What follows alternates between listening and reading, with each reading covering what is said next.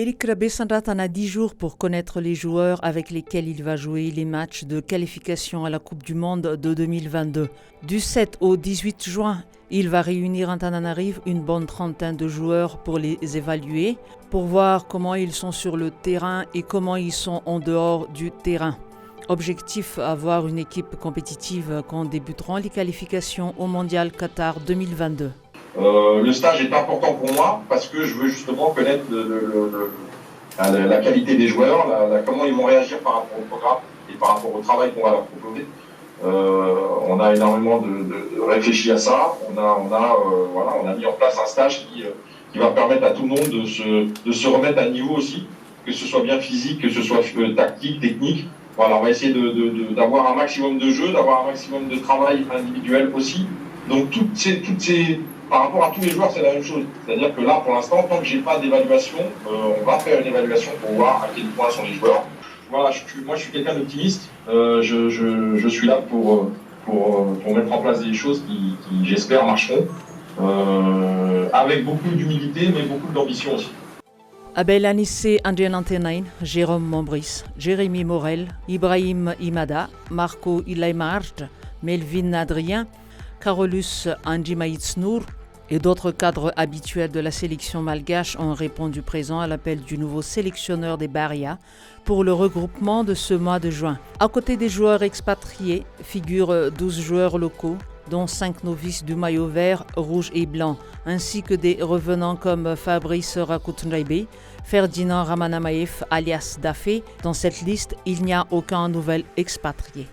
Pour l'instant, il n'y a pas d'autres joueurs parce que le timing en termes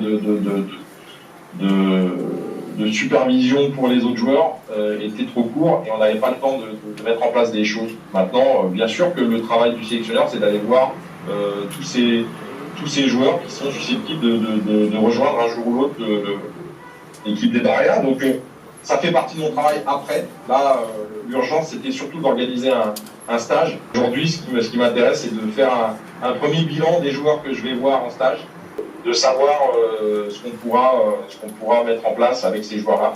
Et puis après, bien évidemment, d'aller voir les autres ailleurs pour, j'espère, découvrir d'autres talents qui vont venir renforcer ou mettre un petit peu de concurrence dans cette équipe qui en aura besoin pour être performante. Et on arrive à mettre en place une belle équipe pour représenter le pays. À peine la liste a-t-elle été publiée que les commentaires ont fusé sur l'absence remarquée de Thomas Fontaine, de Lalainen Mezanar et ou encore de Romain Métanir. Mais Éric Rabé-Sanratan a tenu à assurer tout le monde, il n'y a aucune mésentente entre lui et les anciens membres de l'équipe nationale. Pour lui, les absences sont justifiées. Ouais, c'est très simple. Thomas Fontaine a voulu faire une préparation pour être bien et être dans les meilleures dispositions pour reprendre avec son club, pour être disponible en septembre, si je l'appelle en septembre. Donc il n'y a aucun souci là-dessus. Je pense que c'est plutôt positif pour la suite. Donc j'ai évidemment accepté. Bolid, je le connais déjà en tant que joueur. Voilà, il arrive sur la fin. Pour l'instant, comme j'ai dit, il n'y a rien de définitif pour personne dans cette sélection.